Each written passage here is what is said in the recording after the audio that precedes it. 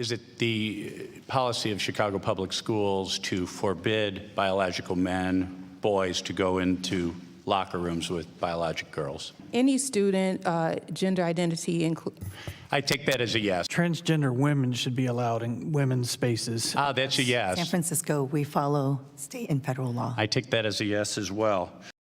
Pronouns and transgender policies taking center stage at heated hearings on Capitol Hill over parental rights in America's public schools. Our next guests were at that hearing, and their children have been forced to put up with these policies. Joining us now, America First Legal Senior Counsel Ian Pryor and Loudoun County parent Abbie Platt. Thank you both for being with us. Thanks for having us. You're welcome. So yesterday, on Capitol Hill, we heard from the superintendent from Chicago, from San Francisco, and from Loudoun County. And Abbie, I know that your children, Ian, you pulled your kids out 4 years ago, your two children. But Abbie, you've stood by the school, not stood by the school, you've kept your children there, but you're fighting the district and you're standing up for the parents who agree with you. Tell me what your daughter and what your son have gone through in the bathrooms.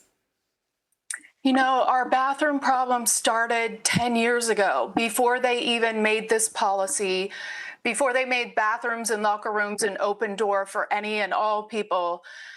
When my daughter was in elementary school, there was a little boy who was her very close friend. They were very close friends for 2 or 3 years.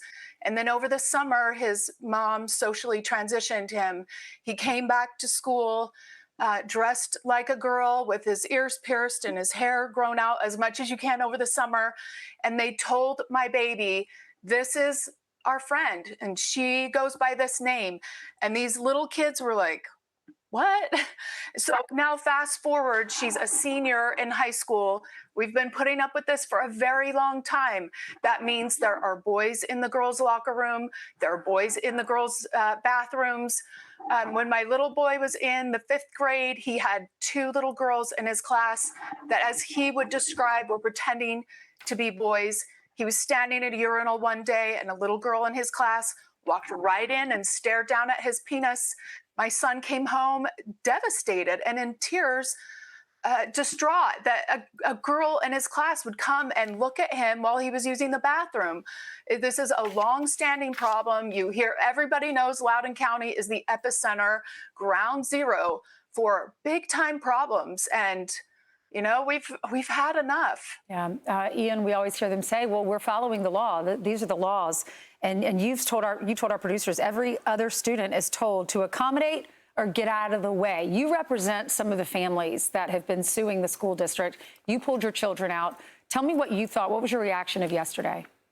Yeah, I mean, I was appalled to hear Superintendent Spence consistently talk about how they follow federal law and they're in compliance with federal law. And you heard the exchange where he said federal law requires us to allow biological men into women's locker rooms. That is false. Not only is it false, but they actually made that argument in federal court in a case that I represented families on, and they lost. There is no federal law that says that. They are gaslighting the public. They were gaslighting the committee. And he also talked about how, you know, if there's an overnight field trip and a girl is uncomfortable with a biological male sleeping in the same room with her, then the parent can request an accommodation. Well, my question is how? Because Loudoun County Public Schools won't even tell parents if their child is transitioning to a different gender. Are they really going to tell a parent in advance of a field trip that, hey, there's a kid that claims to be transgender that's possibly going to be sleeping in the same room as your daughter? Of course they're not going to. So when they say they give parents accommodations, it's nonsense. They don't even give parents the information to get the accommodations. Yeah, you know, Abbie, we all have children in school, all parents that are watching, and sometimes we don't want to ruffle feathers because we don't want them to retaliate against our children or think we're, you know, the mom that's complaining. What made you speak out and what made you keep your children in the school district? You know, we've had a lot of hard conversations with our children. Loudoun County schools were previously known to be the absolute best in the country. And that's why we moved to this neighborhood and to this house, because of the schools that our children would feed into.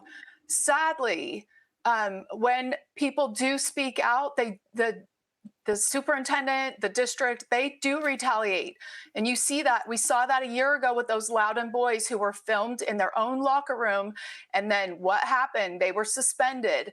And the school came after them so viciously. We're seeing the exact same thing happen right now at Freedom High School. You've got one kid with a camera who for years has been taking pictures of other children's genitals when they use the bathroom. For years. One brave kid came forward, and what did they do to him? They suspended him, and they're not letting him walk with his graduating class. So I feel compelled to stand up and speak to protect my own children, but also to protect 70,000 plus other kids whose parents maybe work for the federal government or who work for a corporation that they're afraid that they'll lose their job if they should speak up. And that retaliation, that retribution is well known. And so I can't not speak that because our school systems were so good for so long, we don't have a lot of private schools and they're all full. They're almost impossible to get into. So it isn't a choice for people who don't have a lot of money, but also there isn't availability for many. Oh, the worst feeling when you just feel stuck. Thank you so much, both of you, for coming on. Be sure to like and subscribe for all the Fox News latest on YouTube and catch full shows streaming now on Fox One.